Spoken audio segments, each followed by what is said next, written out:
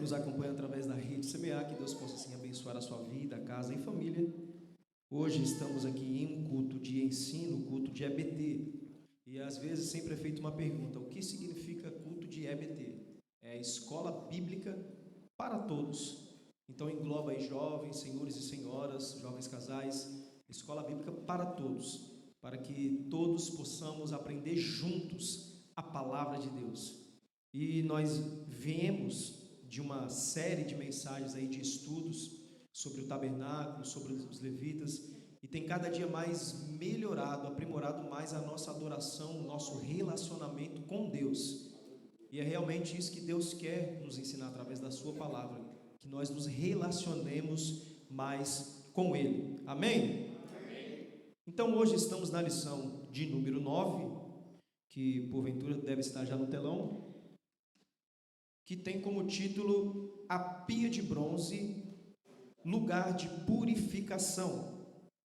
Nós viemos aí de uma série de estudos, caso você ainda não tenha acompanhado os estudos aqui na nossa igreja sede, eu te convido a assistir às aulas passadas falando sobre o tabernáculo, sobre os utensílios, sobre os artesões, sobre a presença de Deus, e aí o nosso estudo ficará mais fácil, mais leve para ser passado. Vamos passar então para o textuário? O textuário que nos diz assim, com a ajuda de toda a igreja, no 3, vamos lá recitar em uma só voz, vamos lá? 1, 2, 3.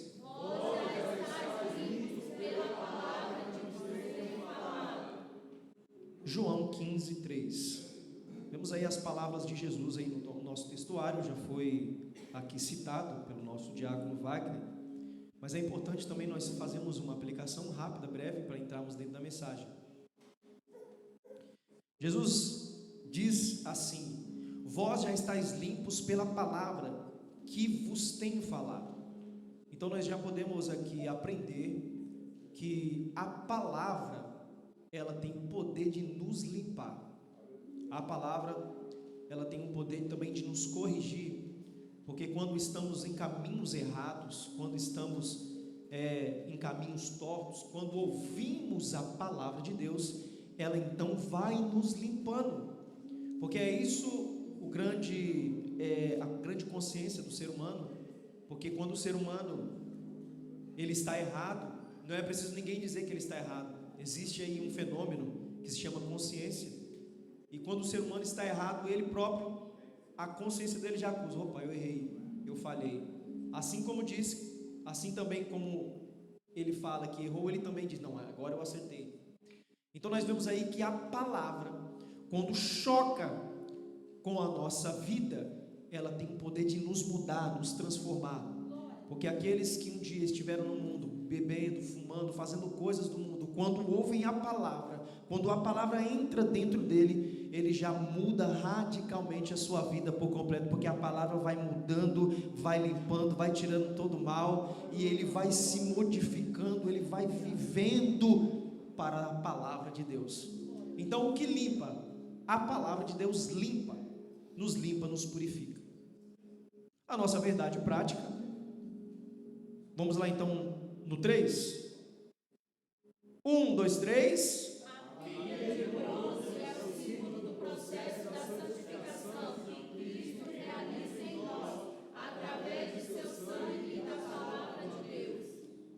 Então temos aí a nossa verdade prática, que deve ser uma verdade vivenciada por nós. Temos que ter consciência que a pia de bronze, ela na verdade é um símbolo, né? Estamos estudando essas lições e tudo vai fazer aí uma tipologia representando Cristo no Novo Testamento.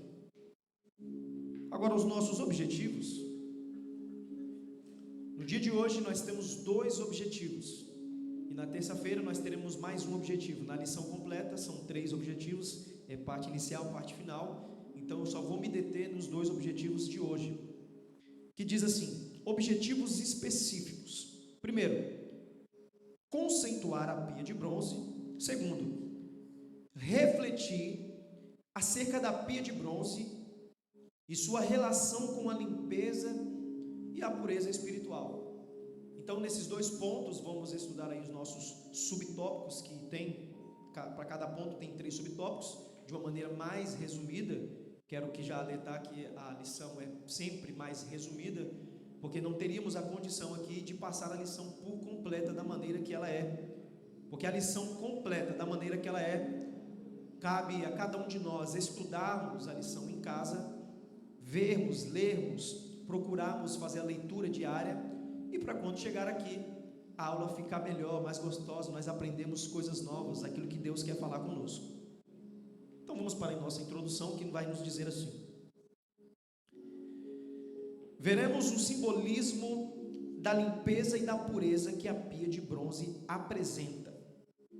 Estudaremos os 2 aspectos do rito de lavagem presente na função dos sacerdotes.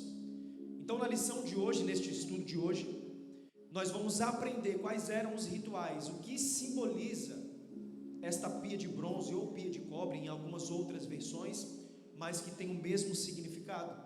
Então nós vamos entender o que era a pia de bronze, para que a pia de bronze estava ali no átrio, qual era o motivo da pia de bronze, será que o motivo era banal, era um motivo à toa? Então nós vamos entender tudo isso hoje aqui, e vamos também entender aquilo que Deus quer falar conosco. Eu tenho certeza que Deus, Ele fala através da sua palavra, através deste estudo. Então, ponto 1, tópico 1, nos diz assim: a pia de bronze, a importância da santidade.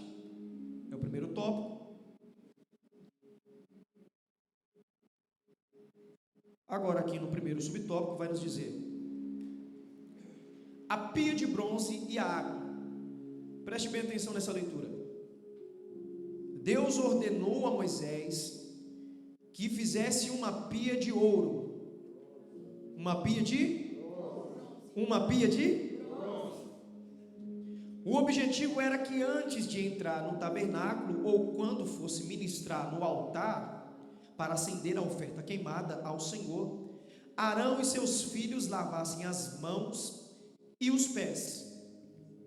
Então veja bem, temos aqui uma imagem que é representada na pia de bronze, embora nós não sabemos como ela é. Nós logo nos subtópicos acima vamos entender por que desse motivo. Então nós vamos entender aqui a pia de bronze e a água. Nós vemos que a pia Deus ordenou a Moisés, e Moisés passou para os artesãos, que quem estava nesta responsabilidade era Bezalel, meus irmãos. Bezalel que era o chefe aí dos artesãos, ele que estava nessa responsabilidade de construir aí os utensílios. Agora, qual era o motivo desta pia de bronze? Nós vemos aí que Deus, ele ordena para o sumo sacerdote e também os sacerdotes 2 coisas muito importantes. Primeira, antes do sacerdote pegar a oferta que era dada ali no altar de holocausto dos adoradores, antes dele pegar esta oferta, ele deveria primeiro, quando ele entrava no átrio, antes de ir no altar de holocausto, ele ia até a pia de bronze e lavava as mãos e lavava os pés. E aí sim ele estava apto a pegar aquela oferta para assim então queimar ao Senhor.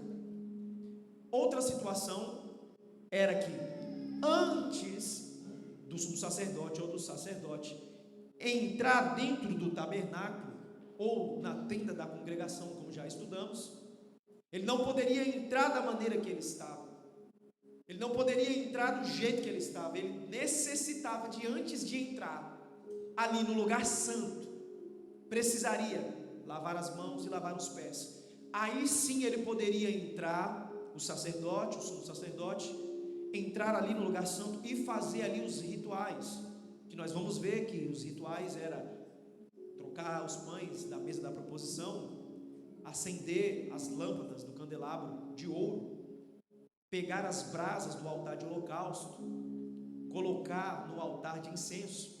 Então ali era um rito, uma organização que não poderia ser feita de qualquer maneira. Antes de entrar dentro do tabernáculo, na tenda da congregação deveria ter o quê? Uma lavagem, uma purificação. O que isso nos mostra? Já aqui no subtópico 1, já quero aplicar a palavra. Nos mostra que, assim como o sumo sacerdote e os sacerdotes não poderiam entrar na presença sem antes se purificar, assim também somos eu e você. Nós não podemos entrar na presença de Deus sem antes nos purificarmos, sem antes de nós nos lavarmos na presença dele. Agora, você pode estar falando, mas olha, até hoje eu procurei, não vi nenhuma pia de bronze aqui na igreja. E sempre parece uma pergunta até boba, podemos dizer assim, até os nossos irmãos que nos assistem. É claro que nós estamos no tempo da graça, não há mais tabernáculo, não há mais pia. Então nós vamos entender daqui a pouco como que é a lavagem que nós fazemos. Não é lavar as mãos e pés e a vida continuar a mesma coisa, mas a lavagem que nós necessitamos é lavar por completo dentro de nós, porque quando nós somos lavados por dentro, nós aí estamos aptos a oferecer uma adoração genuína ao Senhor. Passamos aqui no subtópico 2, vamos estudando aos poucos. Olha aí o que nos diz: os sacerdotes e a santidade, ao entrarem no tabernáculo, os sacerdotes deveriam se lavar para não. Então, uma das coisas que eles também deveriam lavar também as mãos e os pés era para não morrer. Agora você poderia dizer muito bem assim como cada um fez essa pergunta, assim, mas nossa, os sacerdotes estavam diariamente na presença do Senhor. Será que um dia, se eles esquecessem ali de lavar as mãos e os pés, se eles entrassem, eles iam morrer? Será, igreja, que eles... Agora, por que Deus então faz essa rigorosamente recomendação? Porque assim como os sacerdotes, nós aprendemos que agora não há mais um sumo sacerdote, porque depois que o véu foi rasgado, nós todos somos sacerdotes de Cristo. Então, o que acontece? Devemos procurar esta purificação somente aos domingos, não é? Somente na Santa Ceia, não é? Porque a igreja está cheia na Santa Ceia, então realmente a gente só deve purificar, jejuar, santificar na Santa Ceia, não é isso? Devemos nos purificar todos os dias. Segunda purificação, terça purificação, quarta purificação. Mas quarta-feira não é dia de culto, meu irmão, e quarta-feira você não é crente, não? Quarta-feira por acaso você está de férias de ser crente? Não, essa purificação deve ser feita todos os dias. Se por acaso os sacerdotes pensassem assim, olha, eu já lavei minha mão e meu pé a semana toda, hoje eu vou entrar direto no tabernáculo, meu irmão, sabe o que acontecia? Caixão e vela preta. Deus fulminava na hora. Por quê? Porque Deus gosta que as suas coisas em função ao serviço de Deus seja da maneira que Ele disse, seja da maneira que Ele falou. Então nós não podemos negligenciar essas coisas. Agora, o que isso tem a ver nos nossos dias atuais? Será que morremos? Será que... O que acontece? O que acontece quando nós não nos purificamos? O que acontece quando nós não nos santificamos? Nós realmente não sentimos a presença do Senhor. E uma coisa terrível que o cristão pode experimentar é ficar longe da presença de Deus. Tanto é que quando Jesus está na cruz, quando a Bíblia fala que quando ele está prestes a morrer, ele olha para os céus e fala: Deus meu, por que me desamparaste? Agora eu te pergunto, quem era Jesus? 100% Deus, 100% homem. Na condição de homem, ele olha, ele não consegue mais encontrar relacionamento. Por quê? Porque todo o peso do pecado da humanidade está sobre ele. Então é cortado o relacionamento com Deus. Agora, quando nós não nos purificamos, quando nós não nos santificamos, quando nós não buscamos a presença de Deus, acontece exatamente isso, há uma separação. Mas hoje Deus quer que nós nos relacionemos cada vez mais com Ele, porque assim como acabaram de louvar aqui, quando nós nos relacionamos com Ele, não é preciso o ministério de louvor falar, levante, fica de pé, fica sentado, fica abaixado, não, a glória de Deus desce, e o mover do Senhor é natural nas nossas vidas, não é preciso dizer nada, porque a glória do Senhor, ela é manifesta.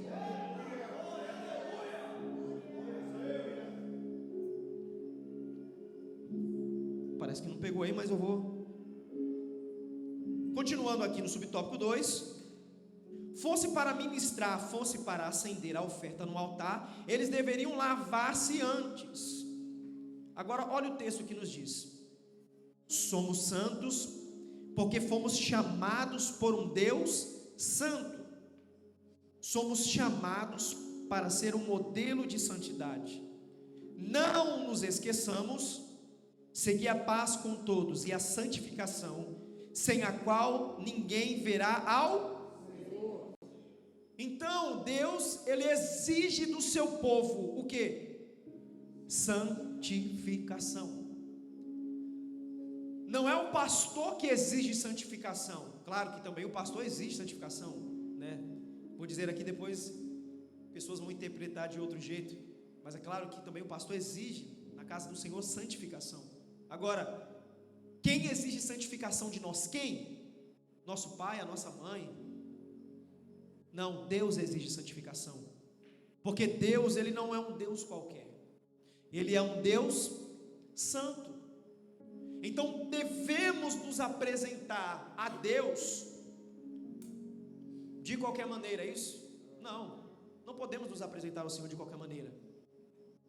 Ministrar, vai ministrar, assim como sempre costumo dizer, não é novidade, vai ministrar um louvor, vai cantar, vai tocar, vai pregar, vai evangelizar, vai fazer algum serviço na casa do Senhor, vai ficar no pilar, vai fazer alguma coisa.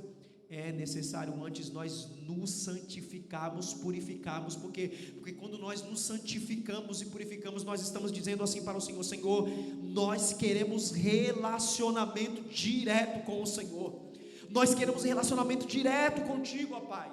Agora, quando não fazemos isso, nós estamos dizendo: Senhor, nós não queremos relacionamento, nós queremos apenas a glória para nós. E nós sabemos que a glória de Deus Ele não divide com ninguém. A glória é dele. O louvor não é para a igreja. Quando muitas das vezes o ministério de louvor louva, e às vezes o ministério de louvor louva, olha para a igreja, muitas pessoas estão dispersas. Por quê? Porque quem está sentado pensa que o dever de louvar é do ministério de louvor. Mas não, o dever de louvar é nosso, porque Deus, Ele nos fez filhos, aleluia. Então o dever não é somente do ministério de louvor, não é dos instrumentistas, não é somente do pastor, não, o dever de adorar ao Senhor é nosso, nós devemos procurar esse relacionamento. Agora eu te pergunto, na hora do louvor, aonde está a sua mente? Será que está nas suas contas para pagar? Será que está em alguma situação para você resolver logo após o culto? Aonde está a sua mente? Deus pode se manifestar na vida de alguém que não está atenta? Não tem como. Quando nós temos relacionamento direto, Deus, Ele manifesta o seu poder através dos louvores. Por isso era importante a lavagem das mãos e dos pés. Subtópico 3. Vamos passar. A santidade para a vida. Agora olha que interessante, o versículo 21 de Êxodo capítulo 30 traz-nos a ideia de um pacto perpétuo a respeito do rito de lavagem, da purificação. Esse rito seria um estatuto perpétuo para os sacerdotes. Disso dependeria a vida deles. Agora olha que interessante, Deus passa as instruções para Moisés E depois Moisés assim passa também as instruções para o sumo sacerdote Arão e logicamente também para os sacerdotes ali que representavam ali os seus filhos. E quando era para fazer este ritual? De que maneira era para fazer este ritual? Deus ordenou que este rito seria perpétuo, ou seja, para sempre. Não apenas um dia, não apenas 2 dias, não apenas quando o tabernáculo, a festa da Páscoa estava cheia, não, mas deveria ser diariamente. Deus também ordenou a Moisés, aos sacerdotes, ao sumo sacerdote, que era para passar este manual de purificação de geração em geração, de geração em geração. Ou seja, o sumo sacerdote, o cargo dele, nós aprendemos já, era vitalício. Então ali quando ele morresse, ele passava o cargo, quem assumia era o primogênito dos filhos. E ali o primogênito de cada filho deveria ser da tribo de Levi, mais especificamente da raiz de Arão, que ali deveria passar este ritual, esta purificação. Então deveria ser perpétuo. Para quê? Para que Deus queria essas coisas? Para que a purificação e a santificação não se perdesse ao longo dos tempos. E nós temos visto aí nas igrejas ao mundo ao redor, que realmente em geração tem se perdido em alguma geração. E parece que foi nessa geração, logo nessa, que nós nascemos. Parece que foi logo nessa que se perdeu a santidade, a falta de reverência ao Senhor. Parece que foi nessa geração que se perdeu a comunhão com o Senhor. Nós vemos tantas coisas que estão fazendo com a casa do Senhor. Nós vemos tantas coisas, tantas abominações, que as pessoas agora estão incluindo e falando que são crentes, mas de purificação e de santificação não tem nada. Deus, Ele quer que o seu povo se santifique. Deus, Ele quer que o seu povo se purifique. Que dia, que hora, que momento? Todo dia, todo momento, toda hora. Por quê? Porque nós somos lavados pelo sangue de Jesus. Então não é possível que quem é lavado pelo sangue de Jesus ande em caminhos tortos, ande em caminhos pecaminosos. É necessário que nós sejamos exemplos. É necessário que quem te veja no trabalho olhe e fale assim: não, esse homem, essa mulher, este jovem na escola, tem alguma coisa dele que não é normal. Por que não é normal? Porque ele não aceita ficar aqui na roda dos escarnecedores. Não é uma coisa normal. Ele não aceita que quando estão falando aqui de assuntos que não tem relação com a vida dele, ele foge. Existe uma diferença na vida daquele que serve e daquele que não serve. Porque quando ele chega no ambiente, o ambiente é mudado. Aleluias. Agora a coisa ruim é quando a pessoa chega no ambiente e a conversa continua a mesma. Já reparou?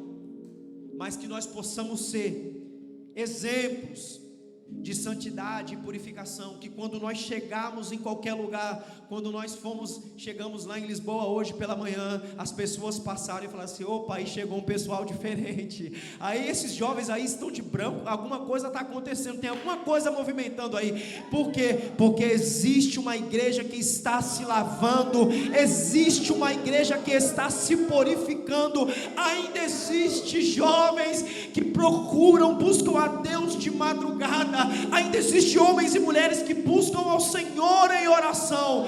Não é tempo mais de nós nos acomodarmos, é tempo de nós buscarmos ao Senhor a cada momento, a cada instante, para nós nos purificarmos a Ele. Por isso deveria ser um estatuto perpétuo. Agora eu te pergunto: o estatuto perpétuo de Deus mudou, sim ou não? Alguém tem dúvida aí? Sim ou não mudou? Sim ou não? Então por que nós, se não mudou, porque nós não nos purificamos e santificamos? E quando eu falo nós, eu também me incluo, porque realmente se eu fosse santo, eu não estava aqui, meu irmão. Claro que nós sabemos que não há santo, mas de uma forma, uma metáfora para dizer, santo, o que é santo? Aquele que se purifica, aquele que se santifica. É claro que nós não estamos isentos do pecado, mas nós fugimos do pecado. E quando por acaso nós pecamos, que eu acredito aqui que todo mundo peca todo dia, nós nos achegamos a Deus e falamos: Senhor, Pai, Tu sabes, mas deixa eu te falar, eu pequei, eu errei, aconteceu isso, aquilo, eu falei mal, eu falei, Senhor, eu passei no sinal vermelho, Pai, buzinaram para mim e eu realmente respondi. Quando nós confessamos para Deus, a Bíblia fala que Ele é fiel e justo para perdoar os nossos pecados e nos purificar, nos tornando filhos, e assim nós temos prazer em estar na presença dEle. Avançando aí, cadê minha secretária? Secretária, você fala aí, quando chegar aquela... Subtópico, tópico 2, a pia de bronze, lugar de limpeza e pureza. Meu irmão, essa lição é toda voltada para a pureza, santificação. Então, se estiver batendo um pouco em você, é para nosso bem. Se estiver indo de encontro com nós, você pode ter certeza que depois dessa aula, nós vamos sair daqui limpos, totalmente renovados pela palavra do Senhor. Subtópico 1, do tópico 2, olha aí, a pia de bronze ou cobre. Por quê? Porque existia aí também uma outra versão que diz cobre, mas não significa que são duas pias, não, é uma versão que tem de cobre, mas é o mesmo significado. Então a pia de bronze, cobre, entre o altar do holocausto e o tabernáculo. Agora nós vamos ver aqui qual era a localização onde a pia ficava. Porque quando fala pia, nós entendemos, né? Nós que somos brasileiros entendemos aquela piazinha, aquela pia de lavar as mãos, aquela piazinha que antigamente o pessoal lavava roupa. Não sei se aqui alguém lembra aquela pia, sabe aquela pia? Tinha até criança que tomava banho nela. É essa pia que nós estamos falando. Não, quer dizer, não é essa pia que nós estamos falando. Meu irmão, cansaço faz nós falarmos coisas aqui que vocês riem, né? Agora olha só, olha o termo aí, eu quero que vocês leiam para mim aqui, ó, o termo. No 3, vamos lá? 1, 2, 3.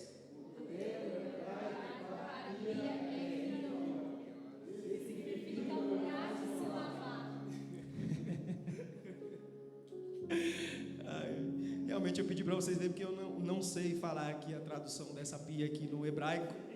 E se eu falar aqui depois, o pastor Ilmar, presidente aí do Conselho de Cultura e Educação, vai me pegar depois, vai falar: meu amado, é esse aqui.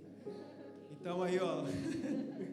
Mas o termo hebraico para pia é kió, não sei se é assim que se diz, que significa realmente lugar de se lavar. Agora, qual era a sua localização? Veja bem, a localização da pia de bronze, ela ficava, entenda e preste atenção, ela ficava entre o tabernáculo, na primeira porta ali do lugar santo, e o altar de holocausto. Para quê? Porque, como já falamos aqui, antes do sacerdote ou do sumo sacerdote oferecer ali pegar a adoração do povo, ele deveria se lá. E antes de entrar no tabernáculo, ele também deveria se lá. Agora, por que a pia está bem no meio? Vocês já pararam para pensar isso? Nunca, né? Ela poderia estar logo no início. Uma coisa interessante também é que quando eles saíam do tabernáculo, ele também tinha que... Agora, por que se no tabernáculo é tudo santo? Nós vamos entender agora.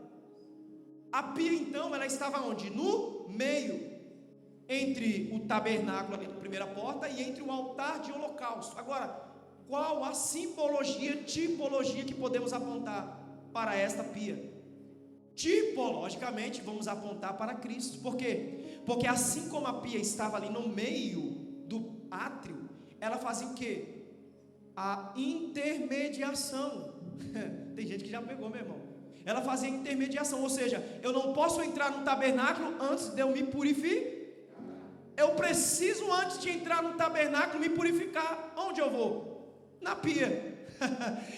O adorador chega para ofertar a sua oferta de pecado, de adoração, de gratidão.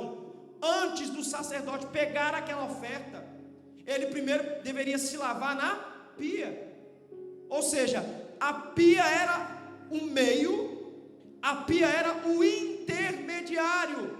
Por quê? Porque antes de eu adorar, antes de eu entrar para adorar, é necessário o quê? Purificar. Aleluia. Aponta exatamente para Cristo. Cristo é o nosso intermediário. Aleluia. Tanto é que ele foi o nosso consolador, porque a Bíblia vai nos dizer que quando os discípulos estão ali, lá em Atos, Lucas escreve que quando os discípulos estão realmente, não Senhor, agora que nós acreditamos realmente que o Senhor é Deus, que o Senhor é o Cristo, o Senhor está indo para os céus. Jesus subindo, não deu tempo de falar muita coisa, mas ele falou assim: olha, não se preocupem, eu enviarei outro consolador. Eu enviarei outro consolador. Aleluia. Nós vemos então que Cristo é o nosso intermediário. Por que é o nosso intermediário?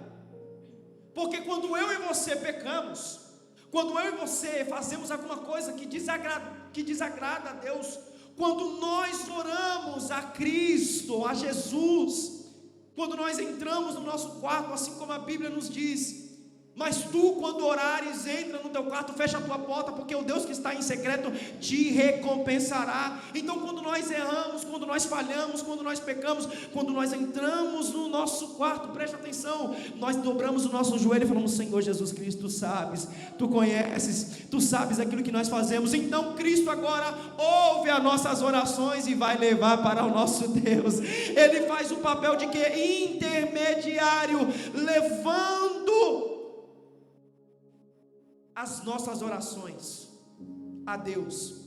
Então nós vemos aqui que ele é o nosso intermediário. A pia representava isso, apontava para Cristo.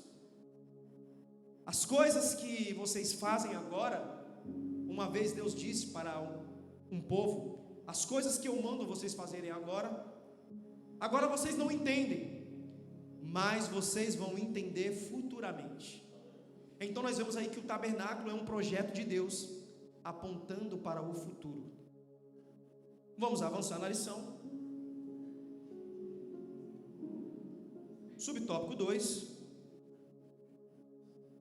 a lavagem da bacia de bronze.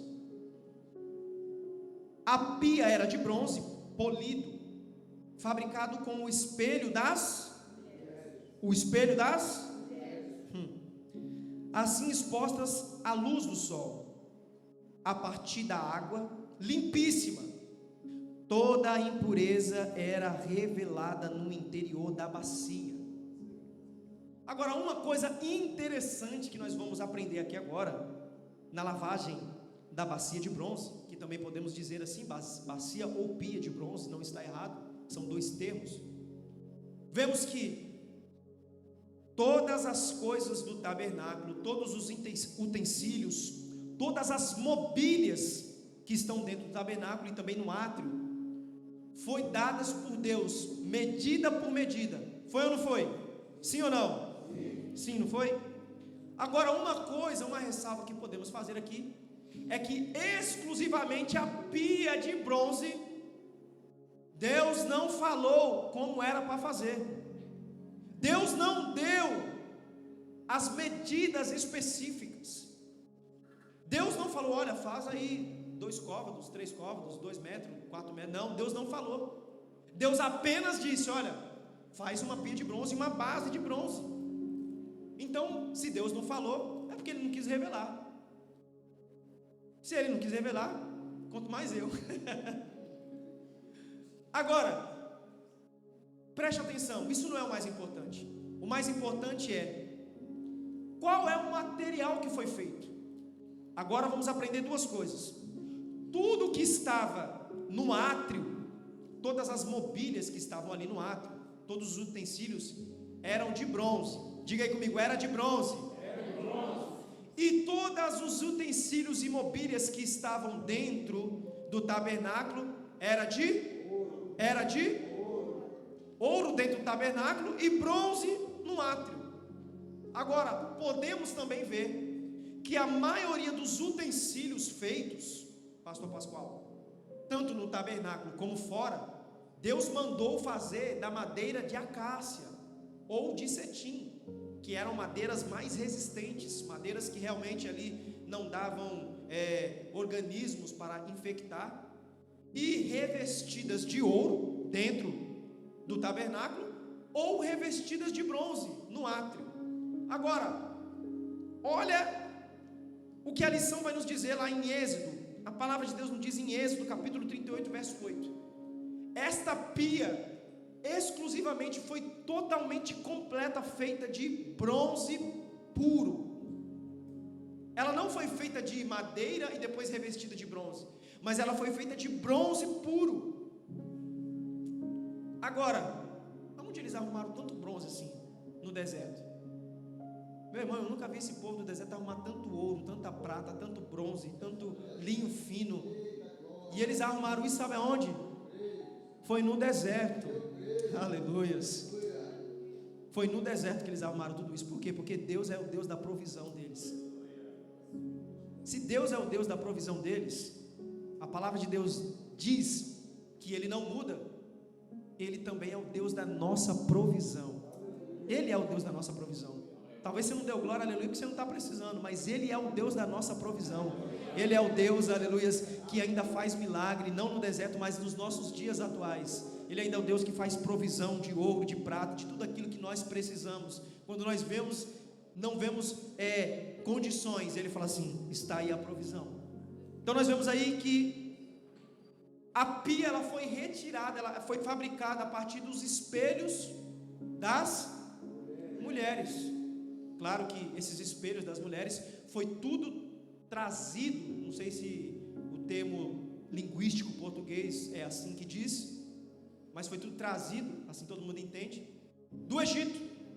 Então foi tudo trazido do Egito para o deserto, espelhos, porque antigamente, quando o povo estava 430 anos escravizados, eles não tinham calçados, eles não tinham espelhos, tudo isso era dos egípcios. E nós vemos aí que depois Deus requereu, olha, quando vocês forem para o deserto, leva o ouro, leva a prata, leva o bronze, leva espelho, leva tudo. E no meio dessa leva aí, vê os espelhos aí das mulheres. Agora, olha só o que a lição vai nos dizer, uma coisa simples. Os espelhos das mulheres. Meu irmão, essas mulheres ficaram 430 anos escravizadas, sem espelho, sem poder se olhar. Você já imaginou? Se as mulheres aí que tem espelho já demoram para se arrumar, meu irmão, você imagina aquelas no deserto. Você imagina no Egito. Não, arrumava rapidinho, porque não tinha espelho. Aí, o único bem que elas têm, o espelho.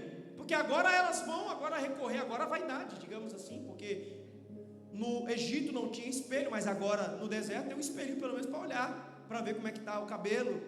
Porque, meu irmão, não era fácil no deserto. Então agora ela tem aqueles espelhos, mas aí quando Deus faz esta convocação para a construção do tabernáculo, o que as mulheres entendem? Olha, precisa de bronze, nós temos o espelho é de bronze, olha aí, ó. Vamos juntar o útil ao agradável, vamos doar, vamos entregar o que nós temos de melhor, vamos entregar esses espelhos para fazer a construção aí da pia. Então nós vemos aí que as mulheres, elas abriram mão da vaidade para um bem maior. As mulheres aí abriram mão de se olhar no espelho para um bem maior. Claro que tem uma simbologia, uma representação nisso, porque Deus não ia requerer algo sem representar. O que quer dizer isso? Quer dizer que nós devemos entregar aquilo que está nos custando, mesmo em meio do deserto. Elas não necessitavam de espelho, mas estava ali para um conforto, mas mesmo assim elas entregaram para um bem maior. Qual era o bem maior? A construção da pia. O que era a pia? Era para lavagem, era para pureza, é para santificação. Então, se alguém requerer algo de você, meu irmão, não reclame, entregue tudo, porque realmente existe um bem maior existe algo maior. E aí as mulheres, vemos aí que elas entregaram os espelhos. Na Bíblia não nos diz muito acerca deste episódio, mas nós podemos entender que elas entregaram para realmente ter um bem maior, que era o que? A pureza espiritual dos sacerdotes. Agora, uma das coisas também que a pia servia, nós vamos ver aqui no subtópico 3. Subtópico 3. A pia de bronze e o caráter de juízo.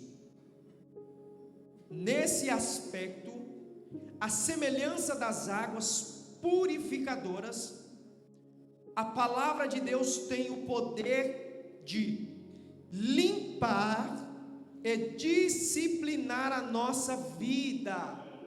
Ou seja, quando elas doam os espelhos, é construído ali a pia. Agora olha que interessante, o sacerdote, antes de pegar a oferta do adorador, antes de entrar no tabernáculo, ele purificava suas mãos, e aí sim, ele pegava ali a oferta do adorador, que normalmente ali era um bode, era algum animal macho, sem mácula. Então ele fazia o que?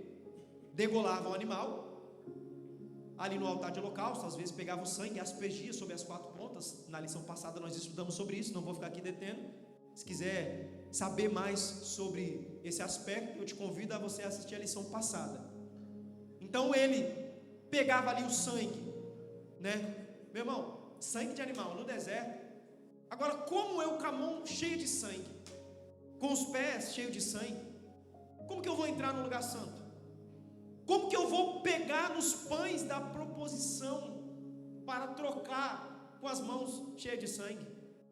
Como que eu vou trocar, colocar o azeite puro no candelabro de ouro para não apagar a lâmpada? Não, deveria se purificar antes da adoração e se purificar depois da adoração. Aleluias. Purificar antes e purificar depois. Purificar antes e se purificar depois. Isso vai nos remeter o quê? Que realmente nós, como adoradores, devemos estar com a nossa vida de adoração sempre, nos purificando antes e depois, antes e depois. Mas por quê? Porque Deus exige que nós nos purifiquemos a todo momento. Coisa triste é, meu irmão, que quando alguém vai jejuar, vai se purificar, vai se santificar, fala assim: não, hoje eu vou me santificar, porque hoje é domingo, hoje é o melhor culto. Não, hoje eu vou cantar o melhor louvor. Por quê? Porque hoje é domingo, tem mais gente. Hoje eu vou trazer a melhor aula. Hoje eu vou trazer o meu melhor esboço, a minha melhor pregação. Hoje eu vou com a minha melhor roupa. Por quê? Porque é domingo e tem muita gente, meu irmão. Quando nós falamos isso, nós estamos apontando para o nosso caráter e para quem nós servimos.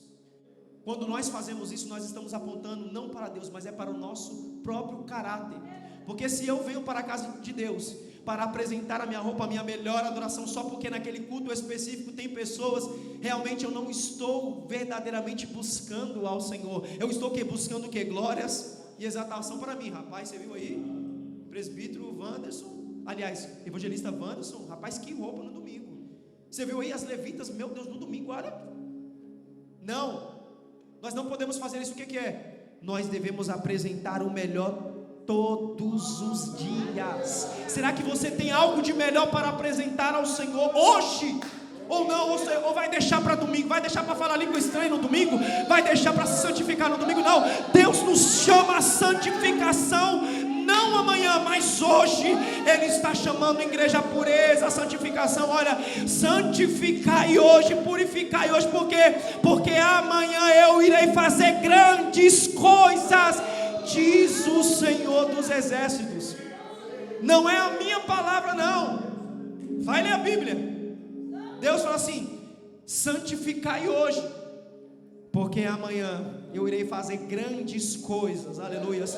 Quando nós, aleluias, às vezes nós, quem sabe, não temos a melhor roupa. Você pode estar se indagando aí: mas eu não tenho a melhor roupa. Ele falou aí, mas não é de roupa. Não é de perfume, não é de sapato que eu estou falando, é da adoração genuína, aleluia. Meu irmão, você pode estar no culto de terça, de segunda-feira, de quinta-feira, de quarta-feira. O adorador, ele é identificado não por culto que ele está, mas pela adoração que ele exerce, aleluia. O adorador não está preocupado se é sábado, se é domingo. O que ele quer é falar assim: quando eu chegar eu vou entregar tudo, aleluia. Quando eu chegar eu vou adorar. Ah, mas não tem ninguém na igreja, não tem problema, eu vou entregar o meu melhor, eu vou oferecer a minha melhor adoração, eu vou dar a minha melhor ministração, eu vou dar a minha melhor oferta, porque o Deus do céu não está preocupando que dia é o culto, mas Ele quer a nossa adoração. A nossa adoração. Dê o melhor. Dê o melhor para o Senhor. É isso que Deus queria em todo o deserto ensinar para o seu povo. Olha, o que eu quero ensinar para você, povo de Deus, é que vocês têm um relacionamento comigo. Meu irmão, quando nós temos relacionamento com Deus, eu imagino que quando você tem um relacionamento com a sua família, com seus pais, com amigos, meu irmão, se nós queremos dar sempre o melhor. Quando é chamada um convite na nossa casa, não é mesmo, pastor Pascoal? Aquela picanha, meu irmão, você não vai querer oferecer ovo frito, vai, às vezes você pode até oferecer uma farinhazinha, você joga assim do lado, mas você vai entregar o quê? Um melhor. Você não vai dar qualquer coisa. Agora eu te pergunto, se para um homem nós queremos dar um melhor, aleluia, meu irmão, se para um homem você quer dar um melhor, se lá no seu trabalho você quer dar um melhor para o seu patrão, se lá na sua escola você quer dar um melhor para o seu professor, se lá na sua rua você quer fazer o melhor para os seus vizinhos, meu irmão, quanto mais ao nosso Deus, aleluia, quanto mais ao nosso Deus, nós temos que viver agradando ao coração de Deus, o que? Dando o melhor que nós temos. Ai, hoje foi evangelismo, aí hoje eu vou ficar em casa, eu estou cansado. Não, meu irmão, sacode a poeira, levanta e fala assim: eu vou ir lá no culto, eu vou entregar o meu melhor, porque quando nós entregamos o nosso melhor, meu irmão, não se preocupe, porque Ele cuida da nossa família, Ele cuida da nossa casa, Ele cuida das nossas finanças, Ele cuida da nossa casa, Ele cuida de tudo. Não se preocupe, meu irmão, com as coisas que estão acontecendo. Dê o melhor, dê o melhor, dê o melhor, aleluia. Dê o seu melhor para Deus. Eu não sei se o seu melhor é hoje, se é amanhã, se é depois de amanhã, mas uma coisa eu te falo: o melhor que eu tenho para dar, para entregar ao Senhor, é hoje, é agora. Eu vou entregar tudo que o meu Deus merece, o melhor adoração, a melhor oferta para Ele, aleluia. Oh glória, quando nós entregamos o nosso melhor, Deus, Ele cuida de nós. E aprenda isso, o adorador ele é reconhecido pela adoração, não pelo culto que ele dá. Porque, meu irmão, vai chegar a festa da gratidão e você vai ver isso aqui lotado de gente. Vai passar a festa de gratidão e é capaz de estar só eu e o pastor aqui e alguns obreiros. Dê o seu melhor para o Senhor.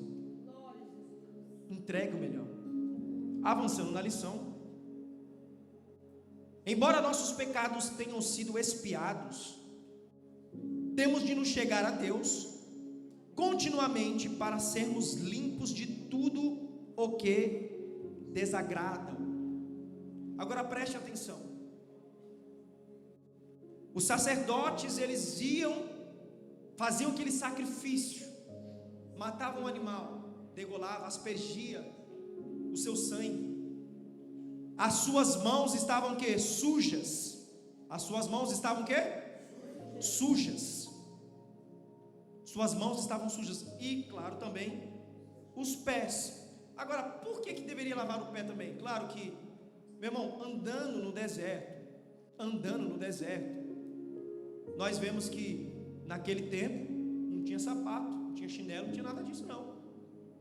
Os sacerdotes, se você não sabe, eles andavam descalços ali no átrio. Agora, para que lavar os pés, sendo que dentro do tabernáculo não tinha tapete?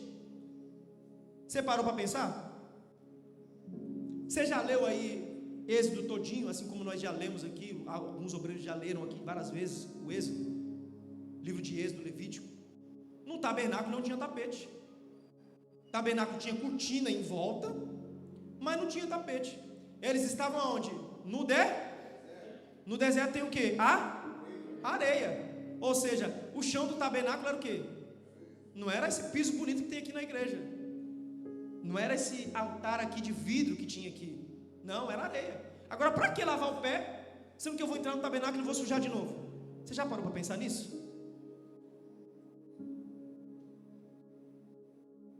A Bíblia vai dizer que existia uma cultura judaica lá no povo antigo da Bíblia, que quando eles andavam, já no tempo de Jesus, eles andavam muitos quilômetros, e nós aí hoje podemos sentir na pele, né, o tanto que a gente andou. Meu irmão, hoje nós andamos aí 6 km, 9.800 e tal passos, né? Na minha aplicação deu 9.000 e tal passos, mas aí de alguém deve ter dado mais.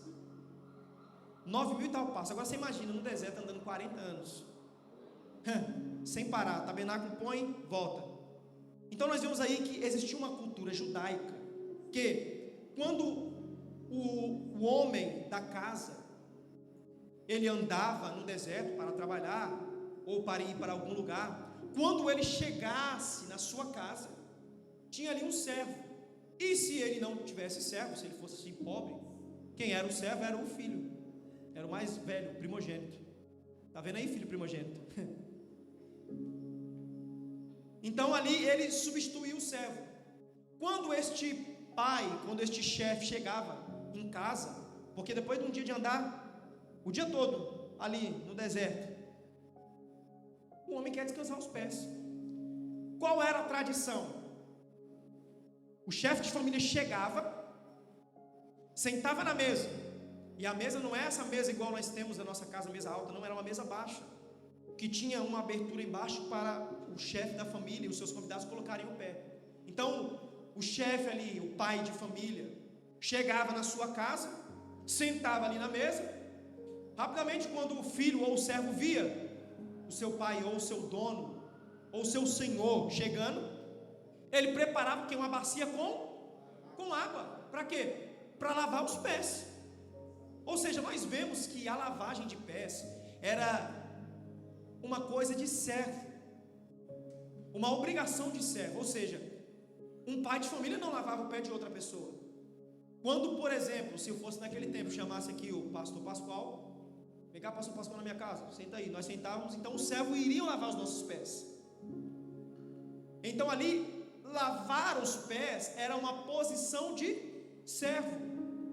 Aí remete lá no Novo Testamento. A Bíblia fala que Jesus chega na última ceia, depois de um dia percorrido, depois de andar, depois de evangelizar, depois de fazer tantas coisas, obras, maravilhas, ele vai chegar na casa onde a mesa, a ceia está pronta, mas antes de ceiar é preciso lavar os pés. Quando Jesus chega, todos ali estão prontos, Jesus e os 12, só que não tem servo não. Cadê o servo para lavar? Ali cada um começa a olhar para o outro e fala: meu Deus, e aí, quem vai lavar o pé de quem? E agora, quem que vai lavar o pé? Aí os discípulos, eu começo a ver, não está na Bíblia, mas nós podemos imaginar, quem sabe Pedro falava: olha, lava o pé aí, ô Judas, você está na reta aí. Você está na reta lá e vai Judas o pé, lava os pés de todo mundo. Ninguém queria lavar o pé de ninguém, por quê? Porque eles tinham essa cultura de quem lavasse os pés era o servo. Só que, meu irmão, Jesus é maravilhoso, que a Bíblia fala que Jesus ele vai pegar a sua roupa, vai cingir o seu lombo, ele vai pegar a bacia e vai começar a preparar a água. Aleluias. Aí os discípulos começam a olhar e falam assim: não, o que ele vai fazer assim? O que ele vai fazer? Eles começam a conversar, não é possível que ele vai lavar o nosso pé. Não, Jesus acabou de fazer milagre, acabou de fazer maravilha, não é possível. Jesus ali vai começar a lavar os pés de discípulo por discípulo, discípulo por discípulo, discípulo por discípulo. O que isso vai nos dizer? Jesus vai nos mostrar que quem não serve para servir, não serve para ser servido. Quem não serve para servir, para lavar os pés, porque ninguém quer lavar o pé de ninguém, porque é uma tarefa desonrosa aos olhos humanos. Só que daí Jesus vai falar assim: não, eu sou o menor, eu vim para servir. Eu sou o menor, eu vim para servir. Aquele que não deixar eu lavar os seus pés não tem pacto comigo. Meu Deus do céu, aquele que não deixar eu lavar os pés não tem pacto, não tem relação. Então por isso que o sacerdote deveria lavar os pés, entendeu agora? Por quê? Porque se ele não lavasse os pés, ele não tinha pacto com Deus. Aleluia.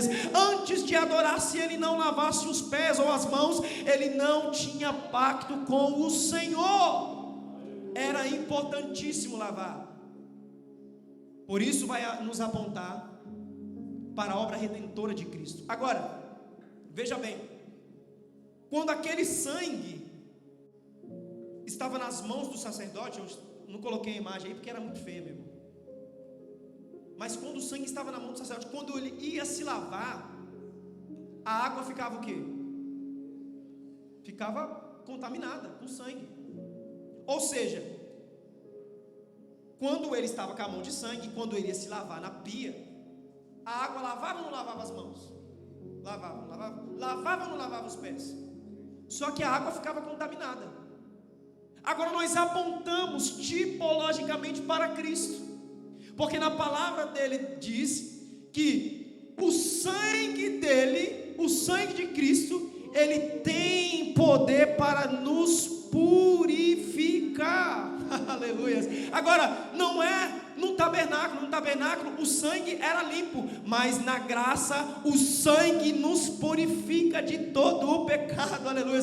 Na graça o sangue não suja o crente, na graça o sangue não mancha o crente, mas na graça o sangue de Jesus, ele tem o poder de nos limpar, de nos purificar por completo. É por isso que nós cantamos: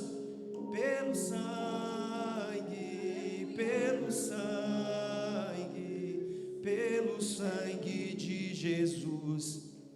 Meu Deus, a água precisa investir pesado, viu? Precisa investir pesado. Pelo sangue de Jesus somos purificados, somos justificados. Você percebeu que o sangue de Jesus não nos suja, mas nos limpa? E outra coisa, ele vai nos dar vestes alvas como a neve. O engraçado é que essas vestes alvas como a neve é limpada pelo sangue carmesim. Meu irmão, é uma coisa extraordinária. As vestes é como se fosse alva como a neve, mas o sangue é carmesim, e ele nos limpa, nos purifica. E era por isso que os sacerdotes deveriam se purificar antes de entrar. Amém ou não amém? Amém. Bom, meu tempo já foi. Quero aqui finalizar a minha lição. Meu irmão, esse pessoal da mídia é uma benção. Meu tempo já foi. Mas hoje nós aí aprendemos a importância da pia de bronze. Claro que nós não tem condição, meu irmão, de nós estudarmos completamente. A não ser que todo mundo grita aí: queremos mais 2 horas. Meu irmão, tem conteúdo aqui para 2 horas. Na lição tem. Mas é claro que nós temos que respeitar o horário. E aquilo que deveria ser passado já foi passado e ministrado. Nós já entendemos que antigamente era necessário a pia para se purificar, mas hoje nós somos limpos pela palavra de Deus. A palavra que nos limpa. Esta palavra tem o poder de nos limpar. Como? Será que se eu jogar ela em mim vai limpar? Não é esse sentido. Mas quando nós abrimos essa palavra e começamos a meditar nela, ela vai moldando o nosso caráter. Ela vai nos limpando. Tudo aquilo que está errado, tudo aquilo que está torto, passa agora então a ficar direito, no lugar certo, naquilo que Deus quer com o seu povo. Amém? Então, finalizando, próxima lição é a lição de número 10, parte final. E o tema é o mesmo: a pia de bronze, lugar de purificação. Temos aí mais coisas para falar na terça-feira, às 19 horas, estaremos dando continuidade a esta lição maravilhosa. E eu quero falar para você maratonar essas lições que já foram dadas aqui, ministradas em cima deste altar. Realmente os professores têm buscado, têm investido no ensino, e realmente nós vemos aí, a Bíblia diz que o povo perece por falta de, mas graças a Deus nós não vamos perecer por falta de conhecimento, porque nós estamos vindo na casa de Deus, estudando a palavra e nos alimentando no nome de Jesus. Então eu quero encerrar aqui, que Deus possa abençoar a sua vida, a sua casa, a sua família. Passo agora a direção para o nosso pastor local, ele que estará dando continuidade, e que você possa se purificar cada dia mais, no nome de Jesus.